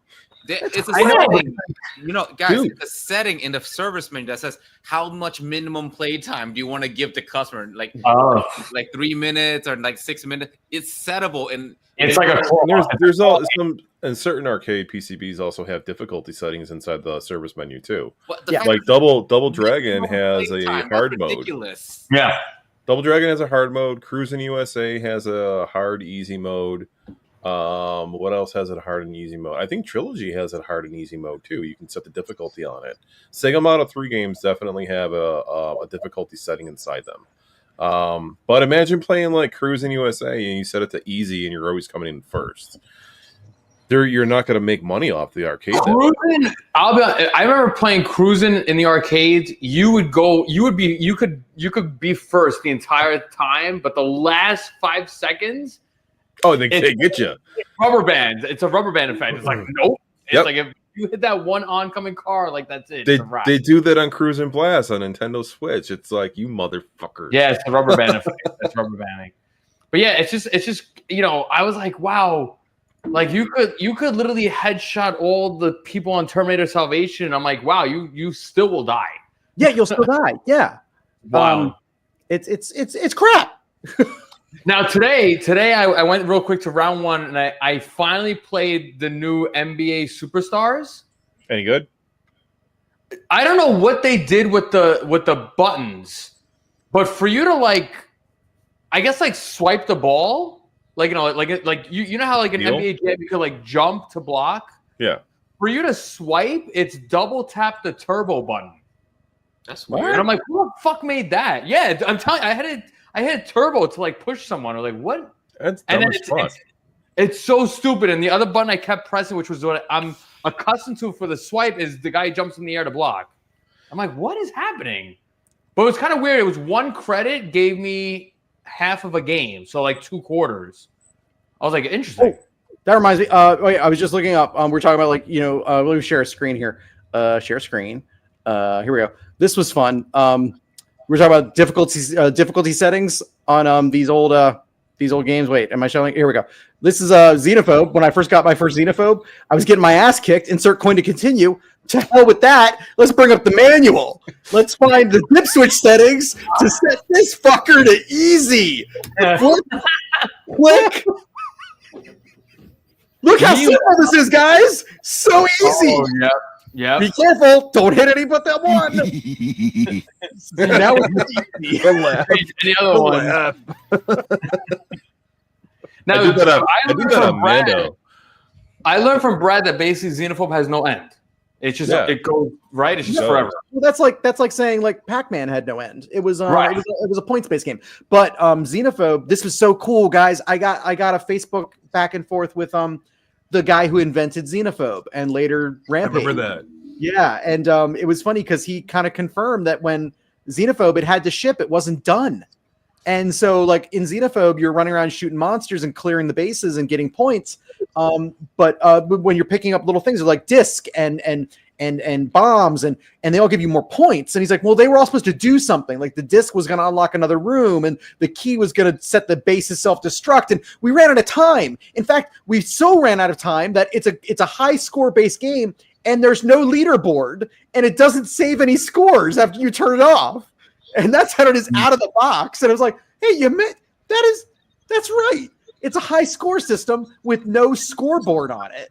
So you play like Pac-Man and you want to put your initials in. There's no initials on Xenophobe. Oh, Shit. Well, it's like playing Donkey Kong. Donkey Kong, the original PCB, had no high score saves. Yeah, you had to write down your score. Yeah. Exactly. It's only until you get the new boards with the emulated ROMs on it that you can save your high scores to it. You have to get and, the high score save kits for like Centipede and stuff like that. Yeah. And but it's just funny. When I was talking to it was Brian Collins, his name, and I was talking with him on Brian Collins and on Facebook. And when he told me, I was like, well, yeah, no, it was supposed to have things like extra rooms and points, and it was supposed to have a high scoreboard, and we just ran out of time. So, wow. Now, wouldn't it be let me ask you something real quick, Brett. What would happen if somebody remade the game? Oh, like you're seeing a lot of that stuff like with old Atari games, like Reloaded and Reblasted and whatever. You've demoed a lot of them on your channel there, Vic. So if somebody were to make a like Xenophobe remastered, it would be I would hope that they would just actually do the stuff that Brian and his team originally had envisioned. But really, what it would turn into a survival horror game like Alien Isolation that you're on the space station with. They would go completely over the top with it. So. I was like, oh, like you're saying right now, like the guy actually says, like, we just ran out of time. Like, this is a perfect opportunity for some developer to say, hey, we'll finish the game for you. We'll bring it to current gen. The game was originally, it takes place. It's aliens on space stations and stuff, but originally it was it was more Indiana Jones style. It was like ancient tombs and zombies and stuff. But the original game was 3 players that were all split screen, where they could all go into different rooms or the same room. It was the first game that had cooperative split screen in it. So that they retained the cooperative split screen, but they rethemed it because space is hot right now. So they decided to do like an homage. There's jokes to Star Trek in there. There's jokes to aliens in there, and they just went with the sci-fi theme. It's based off the Alien and Xenophobe. Oh yeah, 1000%. The aliens had just come out. So the second Alien movie had just come out. Can we talk real quick about Alien Earth? I'd love to. It's the new Alien TV series that's coming out this summer. Oh, really? Oh, shit. Did you see the trailer where they talk about the 5 species? I did. Did you notice that one of them could be the squid from Prometheus? Oh, from Prometheus, really? So you remember in Prometheus where she gave birth to the squid thing? Yeah, the white thing. Yeah. Right. In that trailer, they show kind of like a squid thing squirting around in the incubator. So, I'm curious, how the fuck did you find 5 of the most dangerous species in the cosmos? I saw somebody complaining that like how did these people capture the 5 most dangerous? I'm curious. I would love to know the story on that. Do you remember in 2015, The Force Awakens came out and Han and Chewie are just casually transporting Rathtars, which apparently are these man-eating monsters, and they just happen to have like, wait, where's the movie where they caught that? In a whole new ship too, by the way. They don't even have the Millennium Falcon anymore. A ship that's 20 times the size of the Millennium Falcon, and they just leave it there. So I don't really getting off top. I'm curious how they got that, but I don't really care because we're 90s kids. We're 80s kids, right? They make movies and they gave us no explanation to some of that shit. But I thought it was cool that we got to see the glimpse of that squid creature because that thing was badass. The glimpses are I take all glimpses with a grain of salt because so also what came out was the trailer for the new Predator movie coming out in November. So excited. And that you have a glimpse of another trophy wall, like the famous trophy wall from Predator 2, where you saw the alien skull. So this Independence Day alien, and you see the head clearly. It's the head of one of the aliens from Independence Day. And I'm like, oh, that's cool. I bet you it's a little Easter egg that you see for a split second. They put it in the trailer because they know we'd freak out over it. So like, these little splits you see in teasers and trailers, I like them. I love to like theorize about them. I don't expect a lot of the story to hinge on these little like things that we catch. My biggest thing about Alien Earth is it takes place before Alien. Yes. How? That's what I want to know. And I love the prequels. I love Prometheus. I love Alien Covenant. I love the whole David story. It's fucking phenomenal. David made the alien. I love it. No, he Prometheus didn't make the was alien. He just No, David made the enhanced fusion and of the generated. alien He made the face sucker. Yeah, he He made the did- face he did. sucker. he made a alien. Alien, not So it's the now been alien. so the general consensus now is he didn't make the alien because It was a war weapon, right? It was a war weapon. Yeah. So the big thing is that there were some aesthetic differences between the aliens that you saw in Covenant that he made and the ones we know from the series. But there's been aesthetic differences in the aliens for every single movie. Every director's like, hey, let's tweak them a little bit. So a lot of people chalked it off to that, but other people pointed out that in Prometheus, before Covenant, before David made the alien, there's a depiction of the alien on the wall in the ancient, Oh yeah, that's right. Yeah. So it's like, well, he didn't make it because there was already one there. So he made, he modified it. Yeah, there's a whole rabbit hole. They all got to the same place. They just, the end goal was make monster, and he also reached end goal, but not the first one to do it. David, it's like us. He's a retro modder. He took something that's old and he modified it. Look at it, and the little alien is like, "Hey, Dad," and David's like, "I did this. I made it." You caught but in the Badlands trailer, you caught the Wayland Yutani references and leaks in there. Yeah, no, well, I mean we have the same, but then there's a Wayland Yutani ship. Well, Dakota Fanning's a Wayland android. Her eyes roll back and it's got the Wayland logos on her eyes. Right. Yeah, dude, I can't wait for this. I'm pretty excited. Trailer right now. I'm just seeing Guru so far. Oh, dude, the guy that did Prey is doing Badlands, and Prey was a fantastic Predator movie. Well, that's the thing is that Prey did so well that it was like, oh, you guys could have released this theatrical. You chickened out at the last minute and put it on Hulu because quarantine and. They just made it for Hulu. Like you guys could have made some money. So and Romulus, Alien Romulus, was being made for Hulu when Prey did so well. They gave more money to the production for the new Alien movie. It went theatrical, and they gave the guy who did Prey money and said your next Predator movie will also be theatrical. So I don't think Romulus did so good in theaters though, but it didn't do bad. It wasn't a flop. It was profitable, but it did considering. The setup that they had gotten from all the people said that it had Prey been in theaters, you would have made all this money. They didn't make the level of money on Alien that they were told that they were going to make. Right. But for the at home release, they have been capitalizing on that without a doubt because that's one of the fucking best Alien movies that's been made in years. The bar wasn't high, but yeah, no, it was. It wasn't high, no, but come on, it's fantastic. It's absolutely fantastic. It kind of went to Vic, shit. you gotta watch these, man. Like I know you don't really watch. I know you're not a big movie guy. I get that. I know I'm not, but I gotta watch. Can't lie. Me and the wife have the home media releases. Alien Romulus the VHS release, which is amazing. But you opened it. Look at how pristine the box is. It's like you haven't even touched it. That's insane. He can seal that. That's not a big deal. And you put your mouth on it. Okay, now it's worse. Glue. What's real quick, because you only have about 8 minutes. Oh shit! Yeah, Joe's gotta go. Oh yeah. Do you know where Brad's mouth has been in the last year, and now it just went on that box? Well, Shrink wrap is fine. How are you going to Galaga Guy? I'm just gonna click out of here and go to Galaga Guy. Okay, cool. Because you guys can keep streaming. I'm just gonna click out. No, I'm good. Because we're streaming Brad's channel. Fill in our remaining audience with what's going on. What stream's coming up? What's going on tonight? Yeah. Tonight, Joel will be going on OnlyFans.